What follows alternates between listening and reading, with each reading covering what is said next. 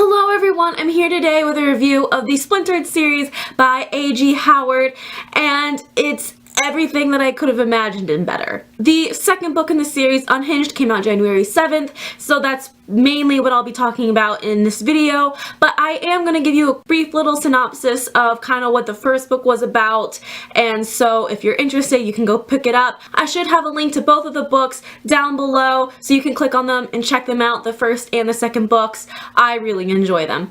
First of all, the cover art is definitely eye-catching. I love the cover art of both the first and the second, and that's really kind of what drew me in and decided that I'd give it a try because it's not really like anything I've ever really read before, and I've enjoyed it, and I've added these books to my favorite section on Goodreads. To give a brief synopsis of what the first book is about, it is about a 17-year-old girl named Alyssa Gardner, and she is a descendant of Alice from Lewis Carroll's Alice in Wonderland. And ever since Alice came back from Wonderland, the female side of their family line has always been cursed with going mad. So when Alyssa finds that she has an opportunity to save herself and her mother from being insane and mad, she decides that she'll do whatever it takes in order for her family to be rid of this curse that Alice set up. This Wonderland in this series has a very Tim Burton-y type of feel, but it's a lot more twisted, and it's like that type of spin, but it still is completely different from the movie or, you know, anything else that you could really think of. So I just finished the second book. If that sounds really intriguing to you and you want to check it out on Goodreads and find it and read it, I highly recommend that you do. So this is the end of the non-spoilery section, so come back when you have read Unhinged, and I hope some of you guys have because I really want to talk about it. So check out the books in the link below if you have not heard of them, and go read them and then come back. Okay, bye! Unhinged, I loved Unhinged. There's aspects about it that I liked more than the first book, and there's aspects that I didn't like as much as the first book. One of them being I really wanted to go back into Wonderland.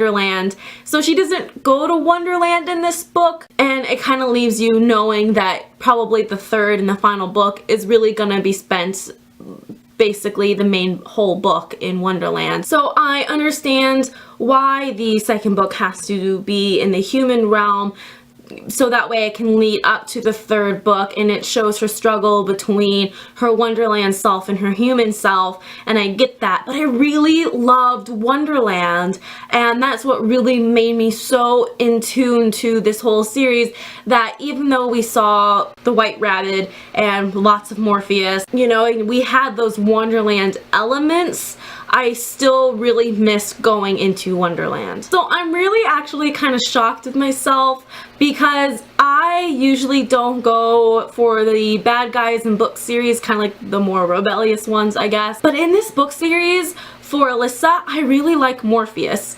And in the first book, I didn't really like Morpheus at all, but in the second book, I just felt that Jeb's character was just blah. There wasn't a lot to his character, and so it made the interactions between Alyssa and Morpheus all that more exciting, and he calls to her, you know, Wonderland side of her, and so I like their romance a little bit more. I do hope what the White Queen said comes true, and that she's able to live out her human life with Jeb, and then she'll go back to Wonderland, and then she can have the rest of basically eternity with Morpheus and his kingdom, because it would be great to kind of see them both, but at the same time I feel like that's already been done in another series, and so I don't want it to kind of have that same repetitive feeling. As much as I don't want Alyssa to choose, I think that a choice is necessary. So I'm kind of torn on that. I want it to be, oh yay, everyone gets a happy ending, but at the same time,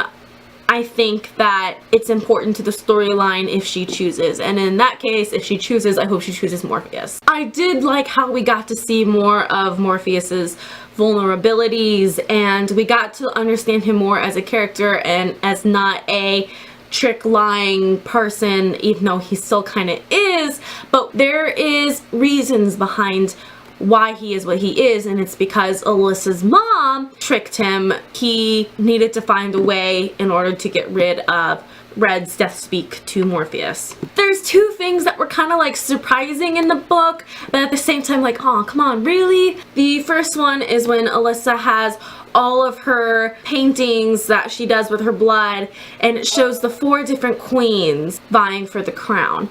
And the thing that surprised me is I did not suspect the second sister. But what I was kind of disappointed at is, so there was second sister, and then Red, of course, and then it was like her 2 different sides to her, so that was the 4.